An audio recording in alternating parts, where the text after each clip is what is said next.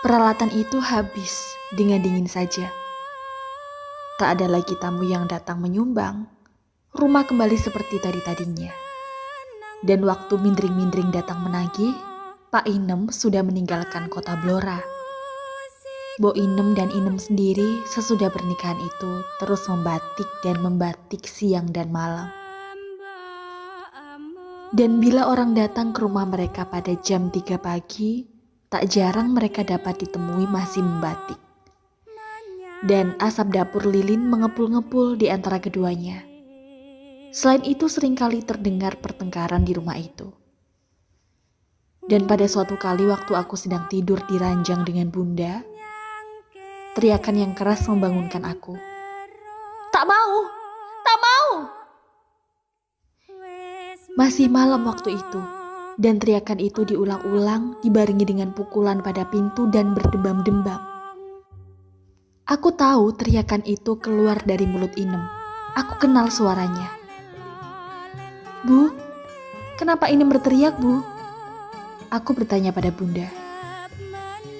Berkelahi, moga-moga tak ada kecelakaan menimpa anak kecil itu, katanya.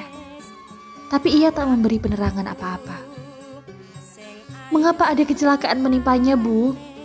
Tanyaku mendesak. Ibu tak mau memberikan jawabannya. Dan kemudian, bila pekik raung itu habis, kami tertidur kembali. Dan teriakan seperti itu hampir dapat dipastikan terjadi tiap malam. Teriak dan teriak. Dan tiap kali aku mendengarnya, aku bertanya pada bunda. Ibu tak mau menjawab dengan semestinya. Kadang ia hanya mengeluh.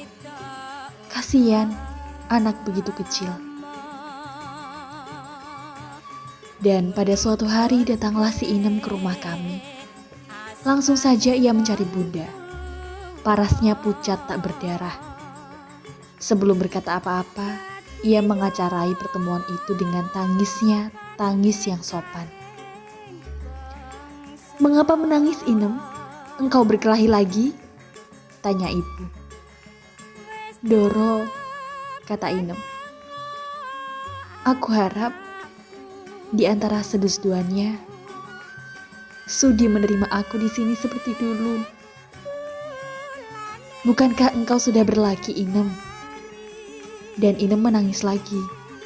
Dalam tangisannya itu ia berkata, aku tak tahan, Doro. Mengapa, Inem? Tak senangkah engkau pada lakimu? Tanya bunda. Doro, kasihanilah aku ini. Tiap malam dia mau menggelut saja kerjanya, Doro. Bukankah engkau bisa bilang, Kang, jangan begitu. Inem takut, Doro. Inem takut padanya. Dia begitu besar. Dan kalau menggelut kerasnya bukan main hingga Inem tak bisa bernafas, Doro. Bukankah Doro mau menerima aku lagi? Pintanya teriba-iba. Kalau engkau tak punya laki, Inem, tentu saja engkau kuterima. Tapi engkau punya laki, kata bunda. Dan Inem menangis lagi mendengar perkataan ibu itu. Doro, Inem tak mau punya laki.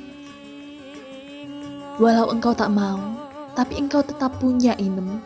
Barangkali di kemudian hari lakimu jadi baik dan engkau berdua bisa hidup senang. Bukankah engkau dulu mau dikawinkan? Kata ibu. Iya, Doro. Tapi Inem, walau bagaimanapun seorang perempuan harus berbakti pada suaminya. Bila engkau tak berbakti pada lakimu, engkau akan kena sumpah nenek moyangmu, kata ibu. Tambah keras tangis Inem hingga tak bisa berkata apa-apa. Sekarang Inem, berjanjilah engkau. Engkau akan selalu menyediakan makan untuk lakimu. Kalau engkau menganggur, engkau harus berdoa pada Tuhan agar dia selamat selalu. Engkau harus berjanji akan mencuci pakaiannya dan engkau harus memijitnya kalau dia capek dari mencari rezeki. Engkau harus mengerikinya kalau dia masuk angin. Inem juga tidak menjawab, hanya air matanya yang terus jatuh. Nah, pulanglah pada lakimu. Kalau engkau meninggalkan lakimu begitu saja, takkan baik jadinya dengan dirimu di kemudian hari dan sekarang, kata ibu lagi. Iya, Doro, katanya patuh. Perlahan-lahan ia berdiri dan berjalan pulang. Kasihan, begitu kecil, kata Bunda. Bu, pernah ibu dikelut ayah? Tanyaku. Hati-hati ibu mengamat-ngamati mataku. Kemudian pengamatan matanya hilang, ia tersenyum. Tidak, katanya. Ayahmu adalah orang yang paling baik di seluruh dunia, Mu. Kemudian ibu pergi ke dapur dan mengambil pacul dan mencangkul di ladang bersama daku.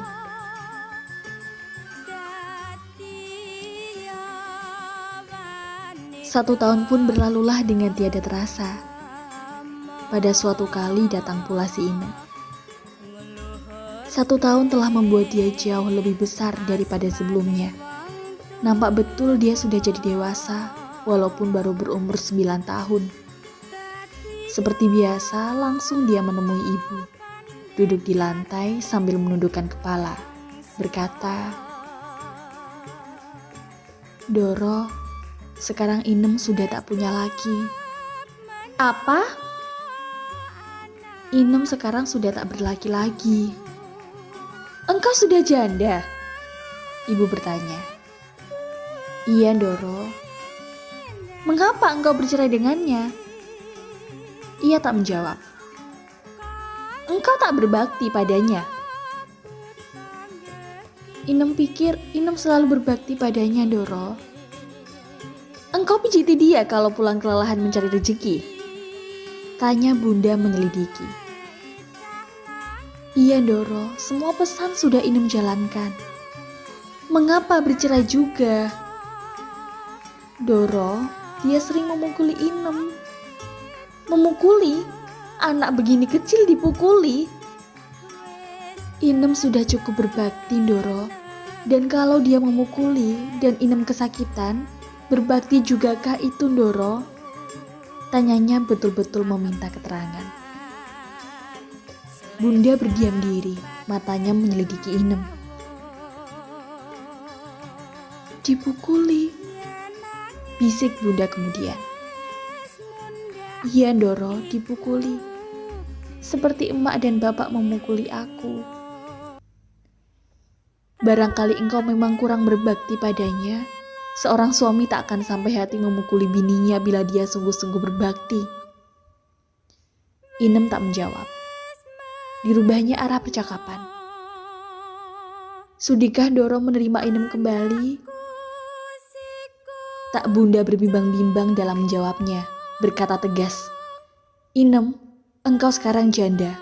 Di sini banyak anak lelaki yang sudah besar-besar. Bukankah tidak baik dipandang mata orang lain? Karena Inemkah itu, Doro? Bukan, Inem, karena kesopananlah itu. Kesopanan, Doro? Karena kesopanan Inem tak boleh di sini. Ya, begitulah, Inem.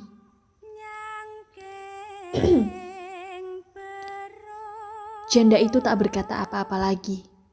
Ia tinggal duduk di lantai dan nampaknya ia tak ada maksud untuk meninggalkan tempat duduknya.